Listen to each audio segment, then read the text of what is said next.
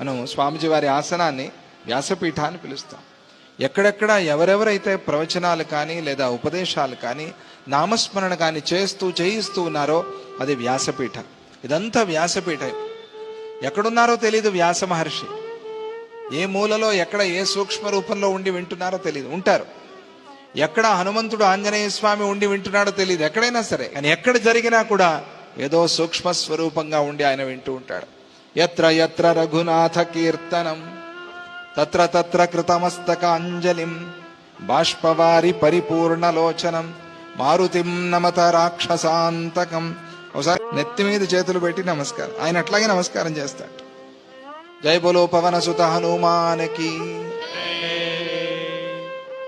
అట్లా వింటాట ఆయన. ఆంజనేయ స్వామి వచ్చి సూక్ష్మంగా ఉండి కథ అయ్యేంత వరకు ఇట్లా నెత్తి మీద చేతులు పెట్టుకుని వింటాడు. రామ్ రామ్ రామ్ రామ్ అంట. ఎక్కడ ఉంటాడు తెలీదు మనకి. మనం ఉన్నది రామాయణ కాలం, శ్రీకృష్ణుడి కాలం, వైకుంఠంలోనే ఉన్నాము, నిజంగానే ఉన్నాం. ఆ భావన జరుగుతోందిగా కథ. అంటే ఉన్నాడుగా ఆంజనేయ స్వామి, వ్యాస మహర్షి.